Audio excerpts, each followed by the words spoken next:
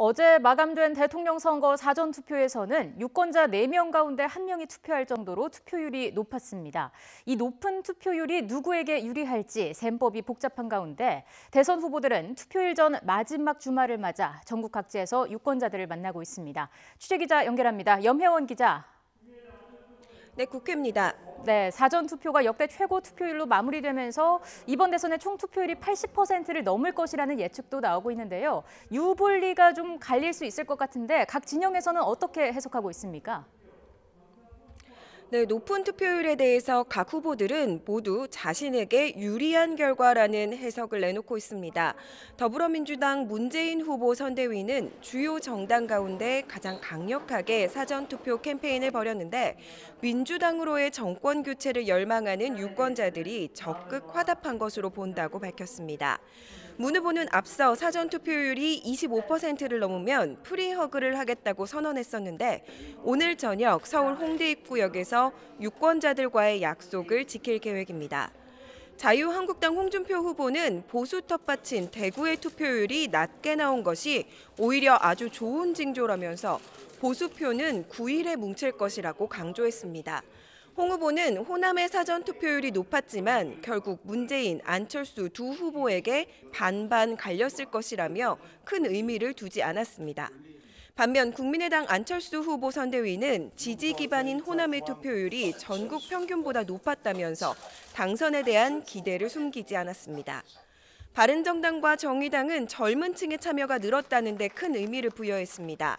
바른정당 유승민 후보 선대위는 건강한 보수를 지지하겠다는 젊은 층의 여론이 급상승하고 있다고 평가했습니다.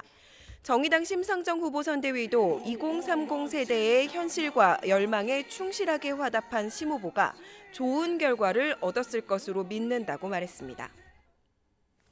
네, 이제 대선까지는 사흘밖에 남지 않았는데요. 후보들 오늘은 각기 어디에서 표심 잡기에 나섭니까? 네, 각 당 대선 후보들은 여전히 누구를 찍을지 결정하지 못한 부동층의 표심을 잡기 위해 투표 전 마지막 주말 유세에 총력을 기울이고 있습니다.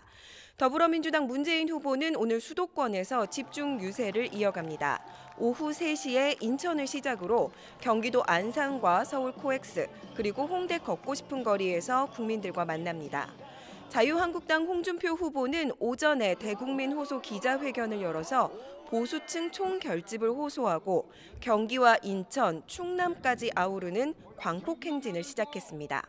또 당의 대화합이 중요하다며 오늘 안에 친박계 의원들의 징계를 모두 풀고 바른정당 의원들의 입당 절차를 완료하라고 지시했습니다.